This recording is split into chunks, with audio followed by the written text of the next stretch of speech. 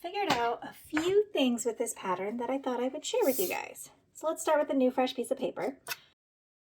So when we're making this tunnel, the basic gist, you're going to draw a circle and then you're going to draw another circle surrounding that one. Now, if you want to get fancy, one side of the circle can be a little closer together than the other side. It makes it have a little bit of perspective, but not totally necessary. And then we're going to draw the tunnel on the inside. And I basically want it to be off center. I don't want to go straight down. You could go straight down, but ideally, I think off center. So we're going to draw like a little rainbow loop. That's the very bottom of my tunnel. And I'm going to merge from this loop all the way up to this arch. I want to slowly back it off and bring it up in the space. And the lines are going to be closer together way down there and further apart way up here. Now, when we go to shading, the bottom of the tunnel is going to be the darkest, obviously. If you shade up the tunnel, you want it to go in this angle up the tunnel. So we're going to do, where we're using that angle, I'm going to shade in a line that goes that way. Does that make sense? And then this ring right here is going to cause a little bit of a shadow too. So we're going to add a little bit of a shadow on the edge of the ring. So that's the inside of the tunnel, minus the arrow. Now, the outside of the tunnel, you have two choices. You can either go flat or going like this. And I'm going to mirror a little further, closer together on that side, a little further apart on this side. So this is a nice flat surface, right? Or we could build our tunnel that goes up. So same thing, I've got a circle, I've got a ring around it. I'm now drawing the tunnel. I'm going to ease this arch into that arch. So we're going to slowly change each one till they get all the way up to that arch. Going to add my shadowing. It's darkest down there. Go up the tunnel. A little bit of shading right here on the edge.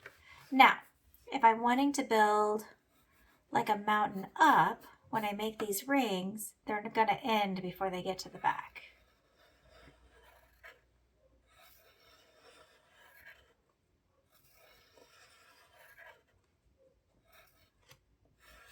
See how now I have this wall that goes up? Now there's some depth to it, and then we can even add a little shading here if we want to make them look a little bit more 3D, and that this one is flat. So those are the two basic principles. And then as I was working with my potholes or tunnels, I noticed when you go more like Salvador Dali, where it's got like a wilting time clock, where your circles are no longer circles, they're more of an odd bean shape, an odd oval. I feel like this adds a lot more dynamic and it adds a lot more chance for something interesting. Same thing with when you're weaving them into each other. See how this one kind of pushes, it looks like it's going in a U shape and it's pushing into that one. This is adding a lot more character. So this one, everybody's fully round. And my only real interest is this one goes up and a lot of these are flat. And then I've got two planes where one crosses over and this one's tucked underneath. That's my interest. On this one, this bean shape really takes priority. And then it kind of creates this nice ruffle of like a sea or a desert back there. So that's the basic gist. Your choices are, what shape do you want your first oval to be? And where do you want your tunnel to be?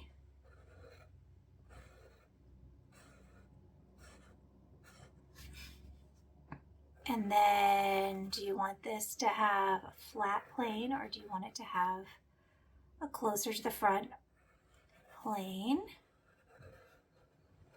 See, I'm going to make this unique. It's going to go up one side and down the other side.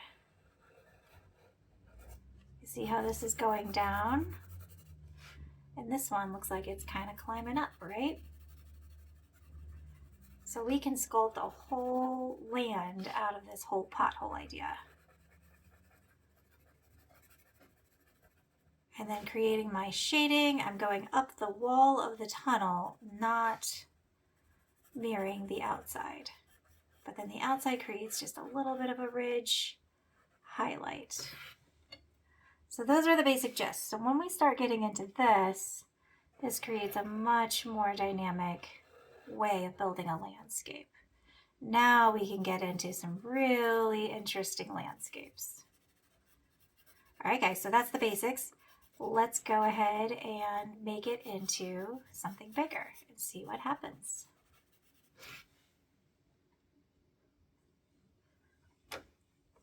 Oh, one more idea. What if we had a tunnel that actually goes down a little bit and then comes out?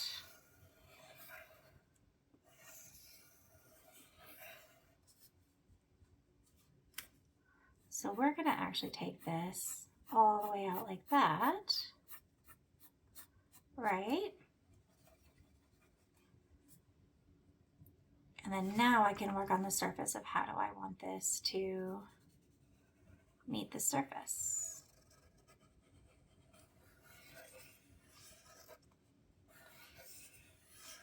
And so this one we know it's going down even further, all because of my shading, right? But I feel like this feels like this is starting to get to where the edge of the land is. So I'm going to add, same thing as before, a little bit of shading this way to kind of encourage.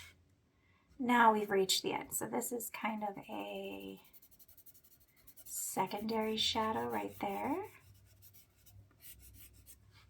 And now we've reached the surface. So now we're going to have to do a totally different type of shading.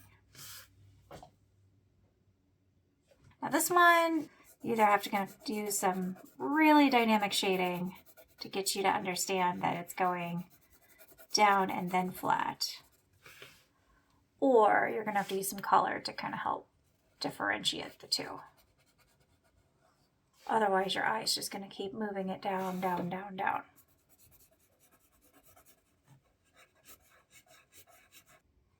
Your shading is everything on these. So that's the basic gist. Now let's draw another piece and see what happens.